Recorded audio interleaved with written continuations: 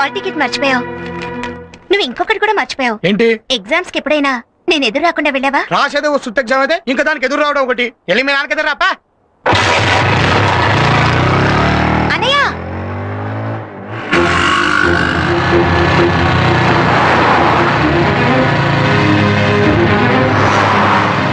నేను ఇంజనీరింగ్ చదవాలనుకుంటున్నాను. నేను లాయర్ని చేద్దామని.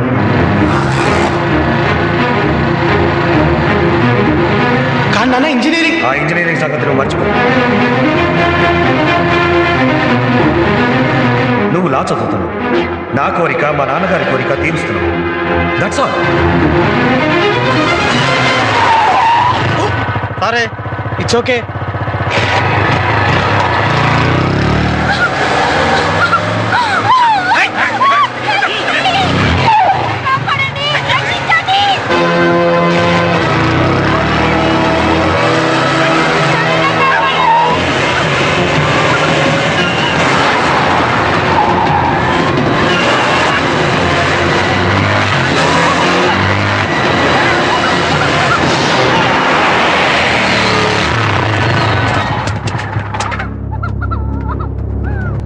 వీడెవడ్రా? మనలాగే వచ్చింటాడన్నా. ఓ ముందు మేము, ఆ తర్వాత నువ్వు. ఓ గంట పడుతుంది. ఓకే రావే.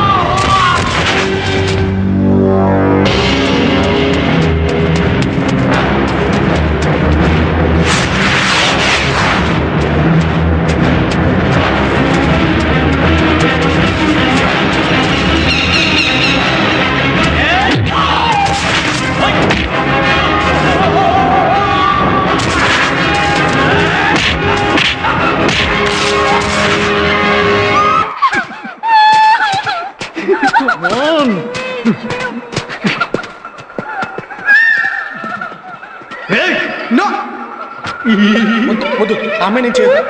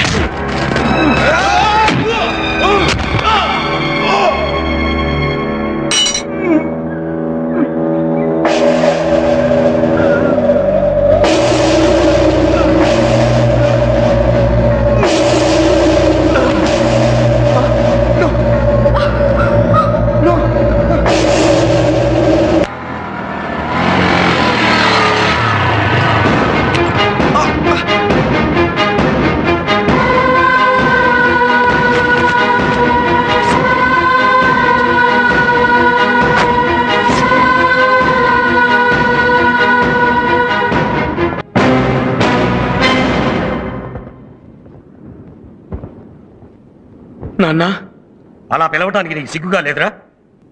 ఏంట్రా నువ్వు చేసిన పని? చీ, నా కడుపున చెడబుట్టావు కదరా. నాన్న అది నార్మల్ అడ్డమైన పనులు చేసే ఇలాంటి కొడుకు పుట్టినందుకు నాకు సిగ్గుగా ఉందిరా. మాట్లాడకు. చేసిన పని సమర్థించుకునే వాళ్ళంటే నాకు అసహ్యం. అసలు వాడు ఏం చేశాడండి? ఇంకేం చెయ్యాలి? నా పరువు తీయటానికి పుట్టాడు. వీడిని లాయర్గా చూడాలని ఎన్ని కలలు కన్నానే. నా కొడుకుని లా చదివిస్తున్నానని ఎంతో గొప్పగా చెప్పుకున్నాను. కానీ వీడేం చేశాడో తెలుసా? కనీసం పరీక్ష కూడా అటెండ్ కాకుండా నన్ను మోసం చేశాడు.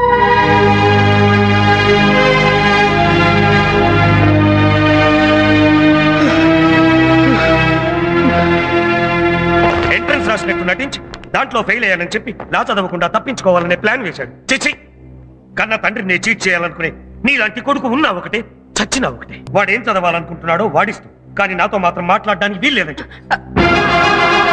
నేను ఎగ్జామ్ రాయలేదంటేనే నానింత సీరియస్ అయిపోయారు. చేసిన హత్య గురించి తెలిస్తే చెప్పకూడదు చెప్పకూడదు.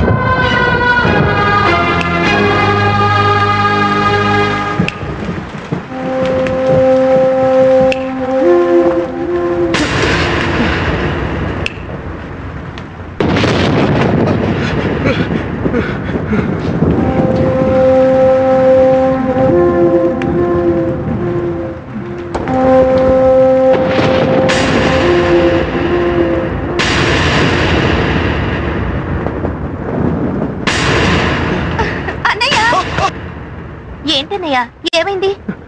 ఏం లేదు. అంత కంగారు పడుతూ ఏం లేదట వెంటన్నయ్య. ఓ, నాన్న తిట్టారనా? ఆయన కోపం ఎంతలే అన్నయ్య. అది కాదురా. అన్నయ్య, నీకు ఇష్టం లేదో నువ్వు రాయలేదు, దాని గురించి మర్చిపో. రా ఉంచదు గాని. వద్దురా ప్లీజ్, నాకు ఆకలిగా లేదు. కొంచెం తిందుగాని రా అన్నయ్య.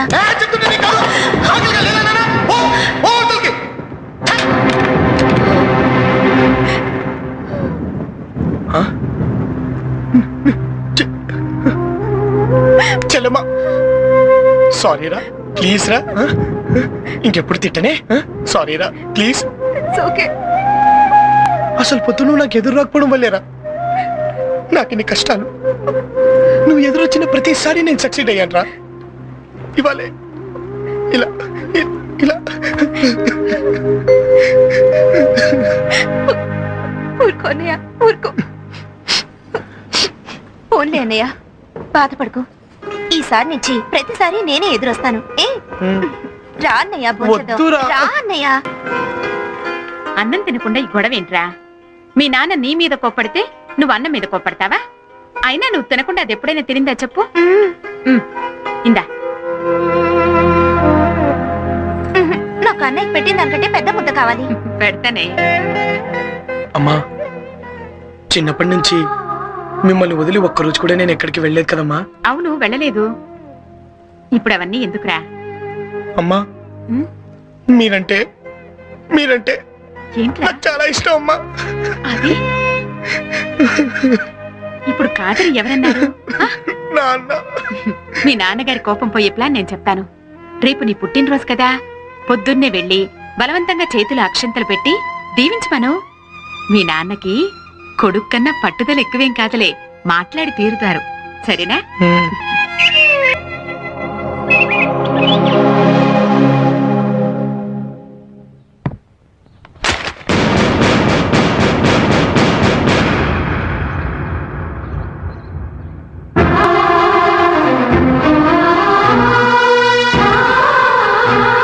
చెప్పిస్తా నాన్న, చెప్పిస్తా.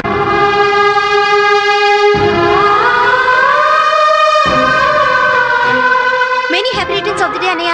ఇలాంటి రోజు మళ్ళీ రాకూడదని కోరుకుంటున్నాను. ఏంటన్నయ్య ఆలోచిస్తున్నావు? ఏం లేదురా, వర్షం వచ్చేలా ఉందిగా, ఆ ముగ్గు చిరిగిపోతుందని.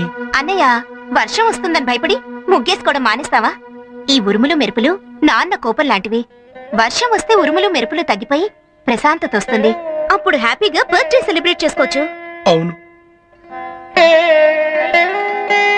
హ్యాపీ బర్త్డే నాన్న. నూరేళ్లు చల్లగా ఉండాలి. పుట్టినరోజు నాడు ఆ కన్నీళ్ళేంట్రా, చక్కగా నవ్వుతూ ఉండాలి.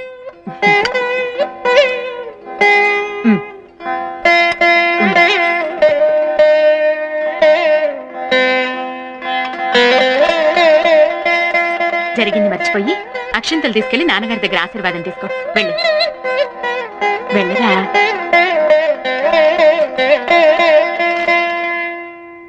నాన్నా, నాన్నా,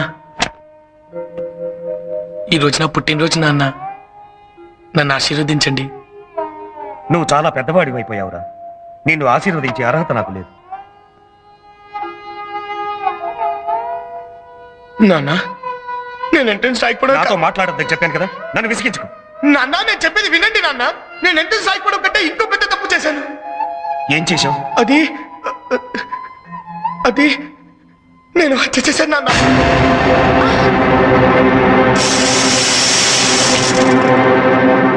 ఏమిట్రా నువ్వు చెప్పేది? అవును నాన్న, నేను హత్య చేశాను నాన్న.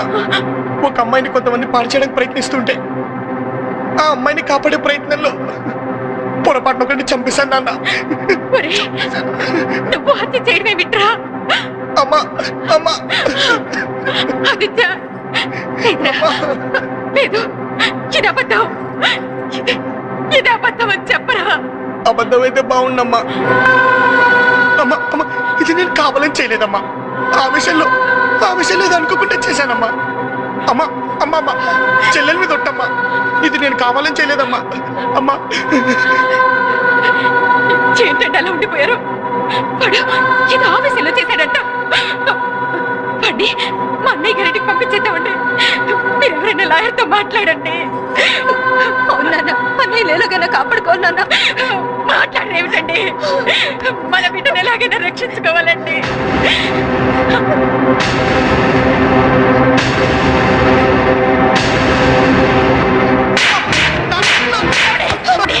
ఏమిటండి ఇది? ఇవాళ నువ్వు పుట్టినరోజు కాదురా, నువ్వు చచ్చిన రోజు. నా ఆశల్ని ఆశయాల్ని హత్య చేసిన నువ్వు చచ్చిపోయిన వాడి కింద లెక్క. కోర్టులో నిన్ను ఒక లాయర్గా చూడాలనుకున్నానే కానీ ఇలా దోషిగా కాదురా. నలుగురు నోట ఒక లాయర్ తండ్రిగా పిలవబడాలనుకున్నానే కానీ ఇలా ఒక హంతకుడి తండ్రిగా కాదురా.